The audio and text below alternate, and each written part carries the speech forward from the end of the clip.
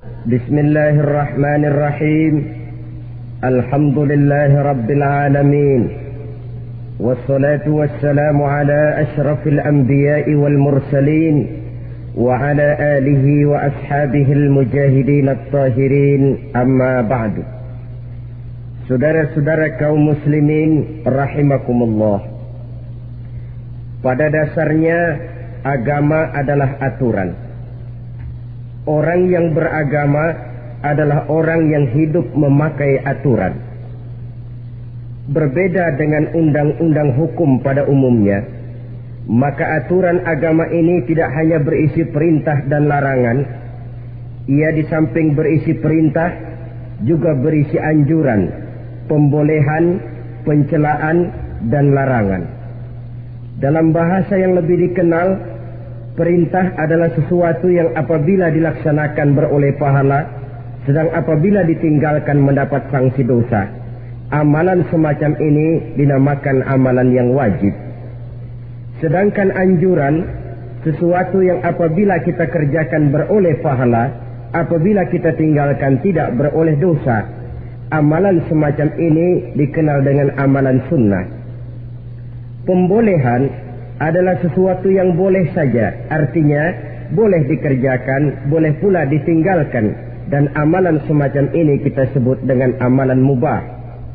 Pencelaan adalah sesuatu yang berpahala jika ditinggalkan, tapi tidak berdosa manakala dikerjakan, dan ini dinamakan perbuatan yang makruh. Sedangkan larangan, sesuatu yang apabila dikerjakan beroleh dosa, apabila ditinggalkan beroleh pahala, dan amalan semacam ini lazimnya dinamakan amalan atau perbuatan yang haram. Kalau agama merupakan aturan, maka konsekuensinya tentu ia berisi perintah dan larangan. Apabila perintah dilaksanakan, maka Allah Subhanahu wa ta'ala memberikan balasan berupa pahala.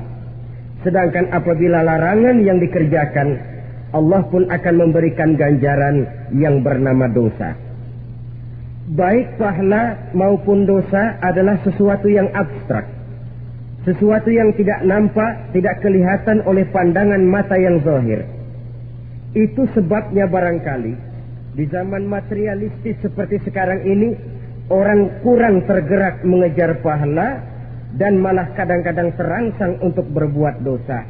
Karena pahala dan dosa sesuatu yang tidak kelihatan oleh pandangan mata yang zahir ini. Namun sungguh pun demikian, pahala dan dosa bisa mendatangkan kebahagiaan atau kegelisahan batin. Bersabda Rasulullah sallallahu alaihi wasallam, "Idza sarratka hasanatuka wa sa'atka sayyi'atuka fa anta mu'min." Apabila perbuatanmu yang baik menyebabkan engkau bahagia, apabila perbuatanmu yang baik menyebabkan engkau gembira, dan perbuatanmu yang jahat menyebabkan engkau jadi susah, itulah tanda bahwa di hatimu masih ada iman.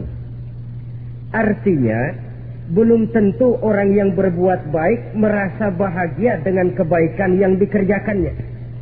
Dan tidak selamanya orang yang berbuat jahat sanggup menyesali perbuatan jahatnya. Oleh karenanya, apabila iman masih ada, apabila hati masih hidup, perbuatan yang baik menyebabkan orang gembira, perbuatan yang jahat menyebabkan orang susah dan gelisah hatinya. Ini mengandung pelajaran. Sekali kita berbuat baik, jangan sekali-kali menyesali kebaikan itu. Sebaliknya, satu kali kita melakukan kesalahan, hendaknya selalu menyesalinya. Kadang-kadang dalam kehidupan, karena orang tempat kita berbuat baik itu rupanya membalas air susu dengan air tuba, kita lalu menyesali kebaikan. Lahirlah kata-kata, "Nyesal saya nolong dia." Ibarat pepatah katanya, nolong anjing kejepit. Waktu kejepit setengah mati kita tolongin, begitu selesai dia dari kejepitnya, malah kita digigitnya. Saudara hadirin yang saya muliakan, dalam kehidupan sehari-hari barangkali ini kena filsafat yang disebut dorong mobil mogok. Ketika mobil mogok setengah mati kita dorong, begitu mesin hidup ditinggalkannya kita di belakang. Sesungguhnya perbuatan kita yang baik tidak harus disesali. Karena disesali atau tidak, toh perbuatan itu sudah kita lakukan. Dan penyesalan atas segala kebaikan hanya akan mengurangi nilai pahala kebaikan itu sendiri. Berbahagialah apabila berbuat baik, walaupun orang yang kita melakukan kebaikan membalasnya dengan kejahatan. Menyesalah apabila berbuat kesalahan, apabila melakukan dosa, karena itu pertanda nilai iman yang masih hidup dalam jiwa kita. Saudara-saudara kaum muslimin yang berbahagia, jadi sungguh pun pahala dan dosa sesuatu yang abstrak, efeknya jelas dia mendatangkan kebahagiaan atau membawa kepada kegelisahan batin di dalam kehidupan manusia. Orang di zaman materialis kurang terangsang berbuat pahala dan terdorong melakukan dosa. Kenapa? Karena pahala tidak kelihatan, dosa tidak nampak. Kalau pahala kelihatan, barangkali nggak kuat kita mikul pahala. Kalau dosa benjol, umpama tiap bikin dosa palanya benjol, barangkali sudah nggak karu-karuan kepala kita.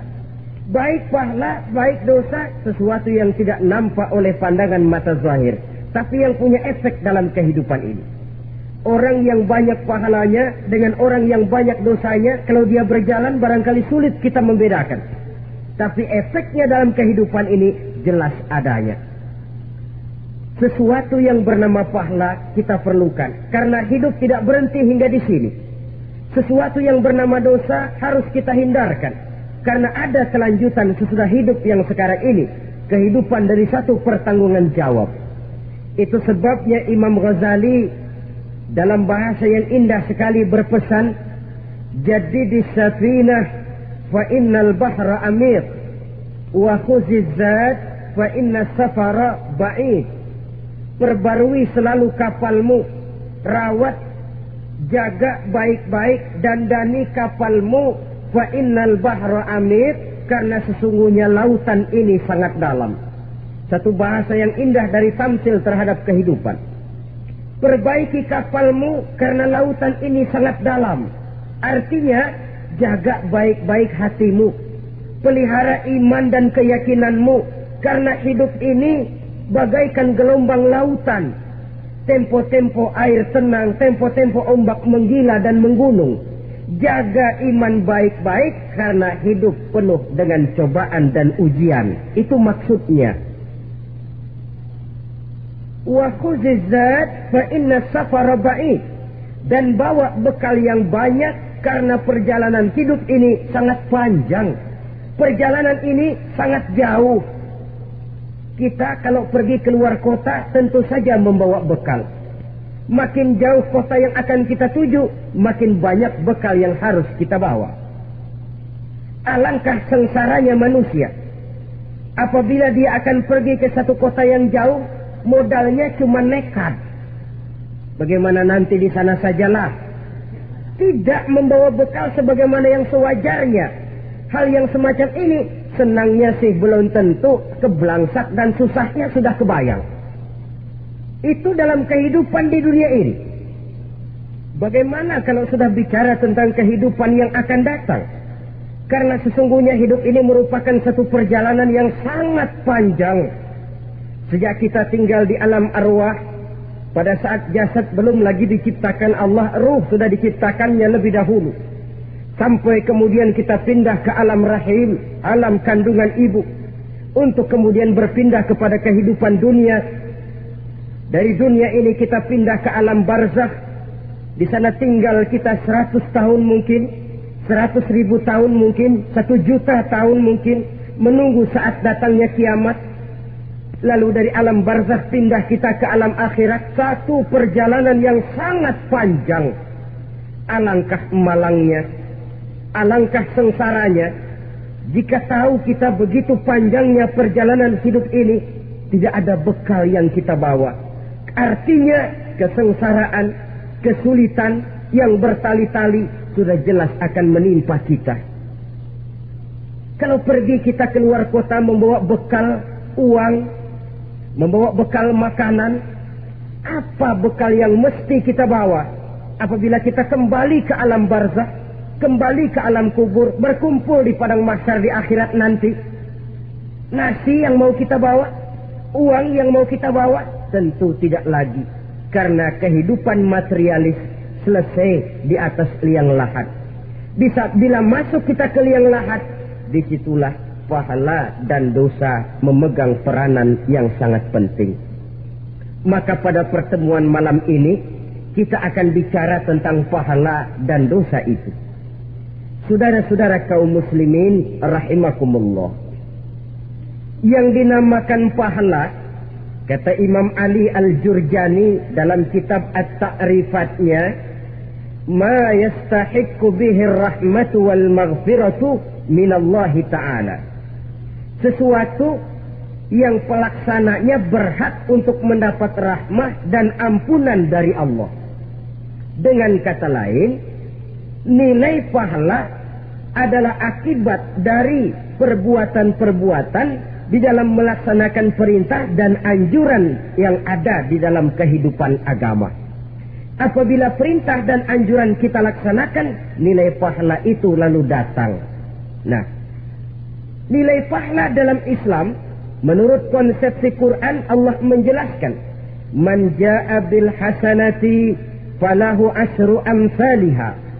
Barang siapa yang datang membawa satu kebajikan, barang siapa yang melaksanakan satu kebaikan, maka dia akan mendapat balasan 10 kali dari kebaikan yang dikerjakannya.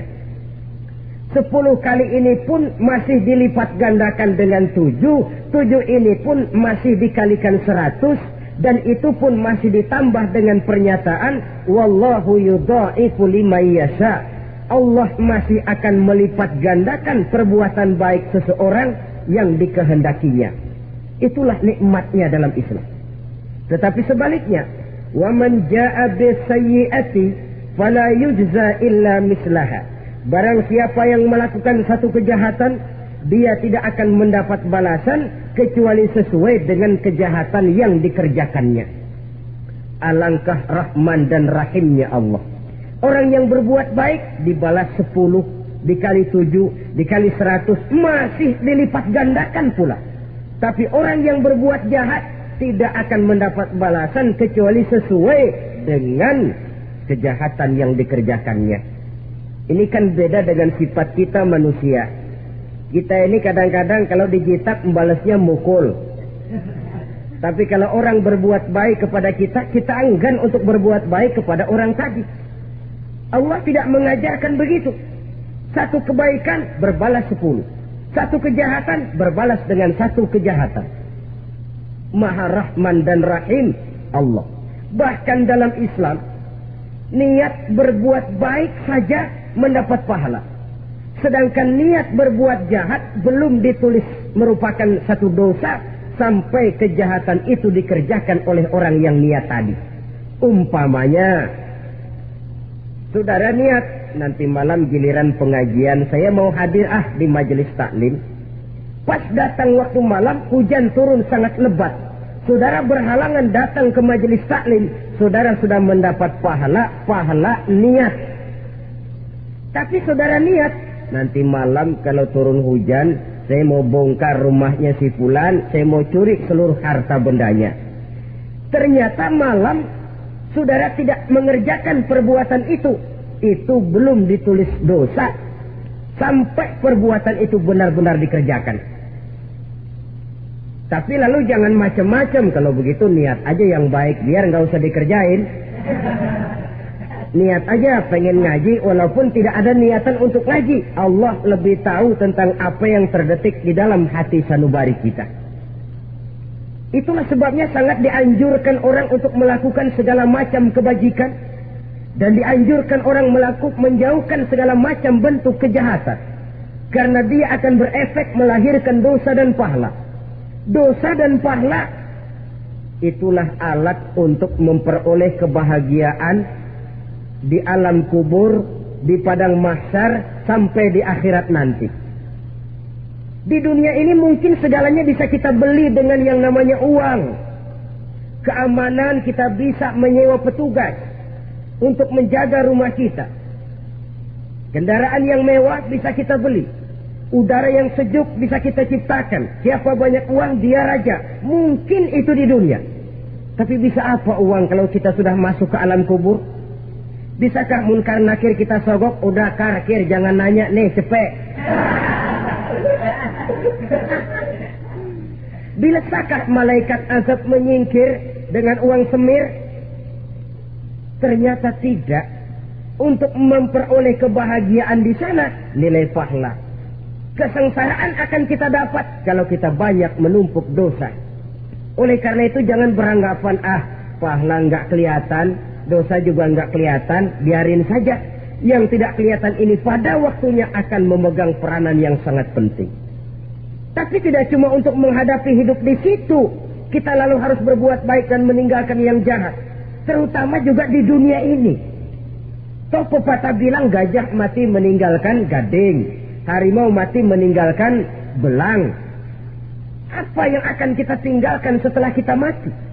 Kita ingin jasad kita boleh hancur terkubur tanah, tapi nama kita ingin hidup terus, dikenang orang 100, 1000, bahkan 1.000.000 tahun yang akan datang. Ditulis orang dengan tinta emas dalam sejarah, tercatat kita sebagai orang baik-baik. Saudara-saudara kaum muslimin rahimakumullah. Lalu perbuatan apa yang bisa mendatangkan pahala itu? Saudara-saudara, semua perbuatan yang diperintah dan dianjurkan oleh Allah, yang dikerjakan dengan ikhlas hanya untuk mencapai ridho Allah, mendatangkan pahala. Kadang-kadang menurut pendapat kita remeh, tapi nilainya di sisi Allah besar. Itu pahala. Menghitung pahala itu hak prerogatif Allah. Perbuatan yang ringan Allah mau berikan ganjaran yang besar, itu urusan Allah. Misalnya, kata Nabi, la tahkiranna minal ma'rufi syai'an. Jangan kamu menganggap remeh perbuatan baik walaupun kecil. Jangan merasa sulit melakukan perbuatan yang mengandung pahala. Bertemu dengan teman, muka kita cerah, berpahala. Menyingkirkan duri di jalanan, berpahala. Menolong orang yang sesat, memberitahu orang yang bertanya, berpahala. Tidak sulit kalau kita mau. Yang diperintah dan dianjurkan oleh agama, itu perbuatan yang mengandung nilai-nilai pahala. Masalahnya cuma tinggal mau atau tidak, dan dikerjakan dengan ikhlas. Bertemu teman, mukanya cerah, pahala. Menyingkirkan duri di jalanan, pahala. Sedekah, pahala. Tidak berupa perbuatan, bisa berupa ucapan.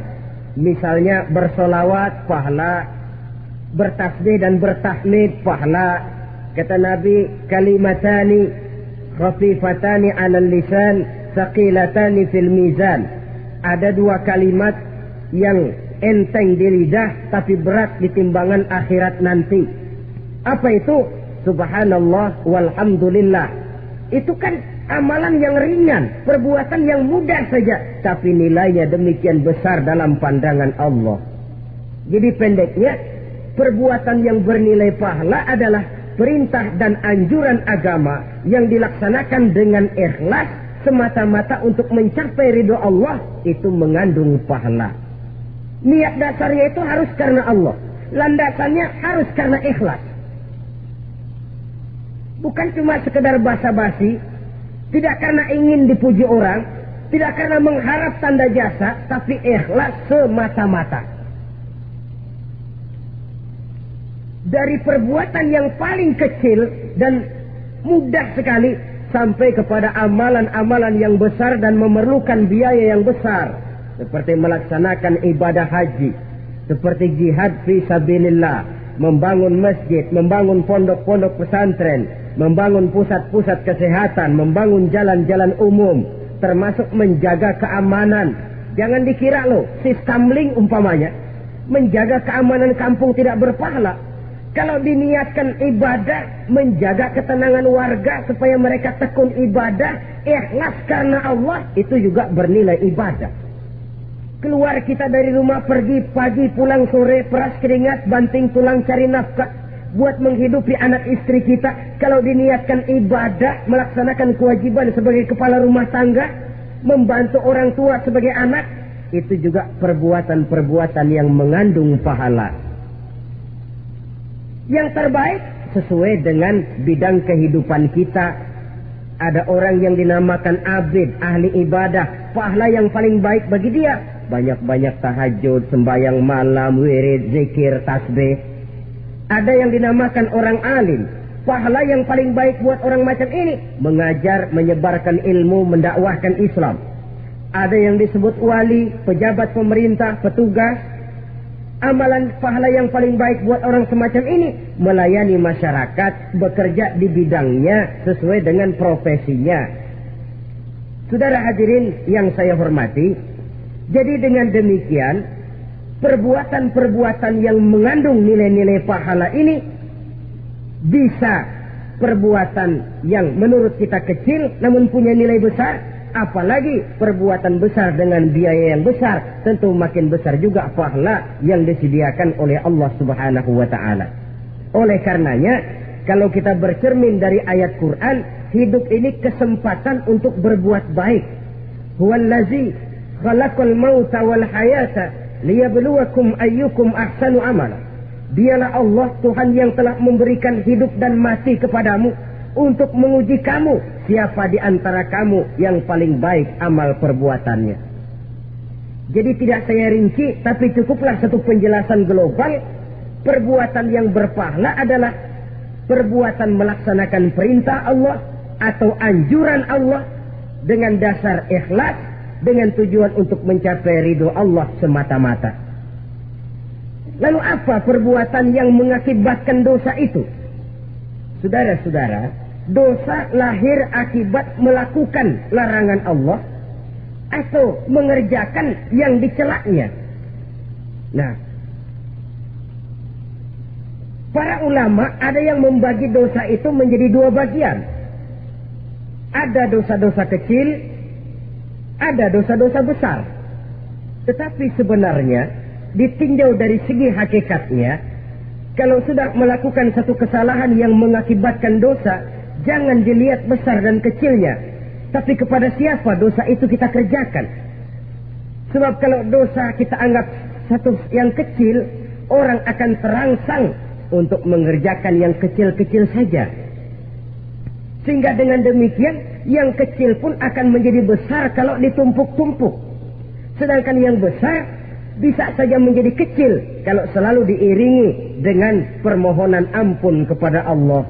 Itu sebabnya para ulama sufi, orang-orang tasawuf mengatakan la saghair ma'al istimrar wa la kabair ma'al istighfar.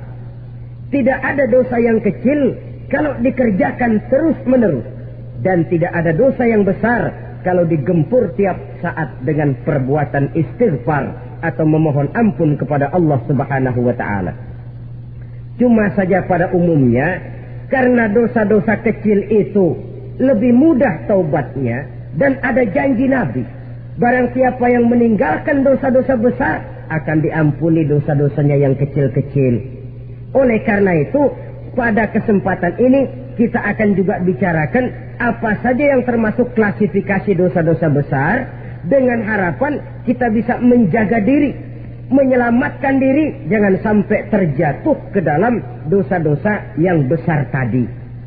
Tetapi bukan berarti kita harus terangsang melakukan dosa-dosa yang kecil. Biarin kecil ini tobatnya gampang. Dosa kelas teri.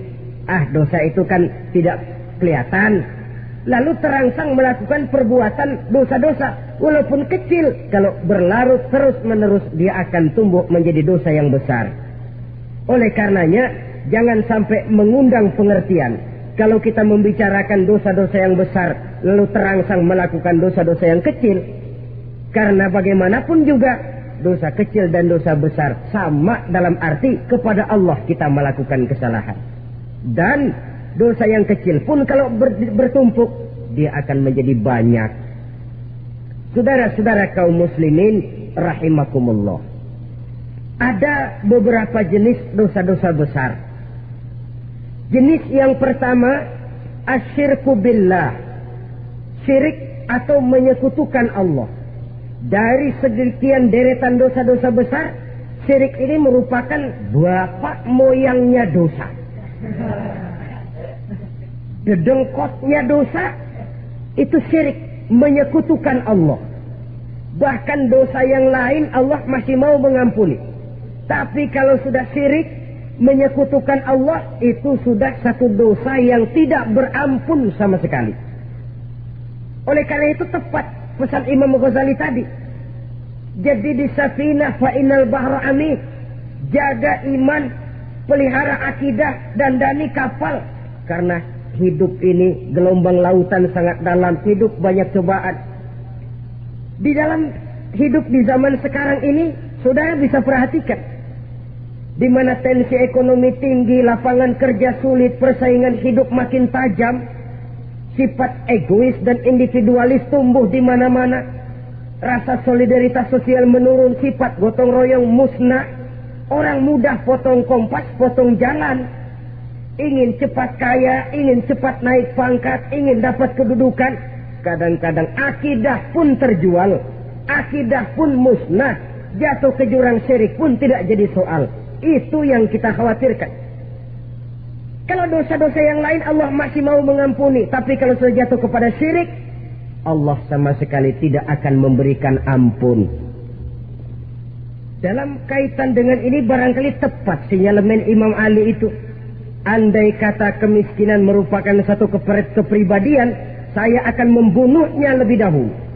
Artinya memang kemiskinan ini sering mendorong orang kepada jurang kemusyrikan. Tidak tahan menghadapi godaan perut akibat tensi ekonomi yang tinggi, lapangan kerja yang sulit. Iman pun jadilah ditukar dengan 3 liter beras. Akidah pun jadilah dibarter dengan 3 bungkus supermi, dengan pakaian bekas, dengan obat-obatan.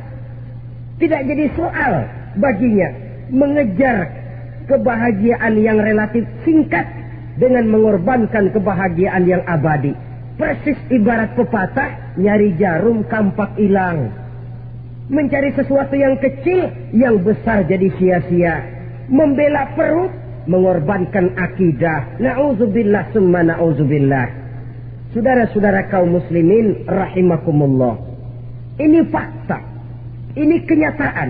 Dan hal semacam ini tidak bisa diatasi cuma dengan ceramah, simposium, diskusi, seminar.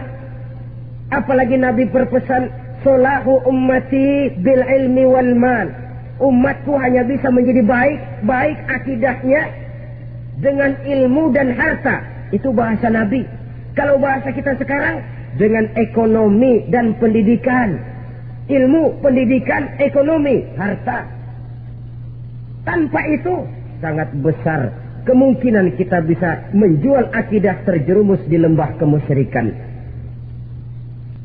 Maka terutama kepada saudara-saudara saya, muslimin yang terpencil jauh dari kota-kota besar, yang kadang dalam kehidupan seharinya imannya sering digoda oleh supermi, akidahnya sering ditantang oleh pembagian beras, pakaian-pakaian bekas, obat-obatan dan sebagainya. Jaga dan bentengi akidah kita. Lebih baik nyawa berpisah dari badan, asal iman jangan berpisah dari hati. Kepada adik-adik saya para remaja, para pemuda di kota-kota besar yang iman dan akidahnya sering ditantang dengan minuman-minuman keras, fasilitas-fasilitas yang menghanyutkan, yang secara terarah dan praktis sedikit demi sedikit menggiring kita untuk keluar dari nilai-nilai akidah. Hati-hati, jaga baik-baik, sebab intan paling mahal, mutiara paling berharga, tidak lain nilai iman ini. Tergelincir kita daripadanya, jatuh ke lembah kemusyrikan, jatuh ke satu dosa yang teramat besar, yang Allah tidak akan pernah memberikan ampun lagi. Ini dosa besar yang pertama.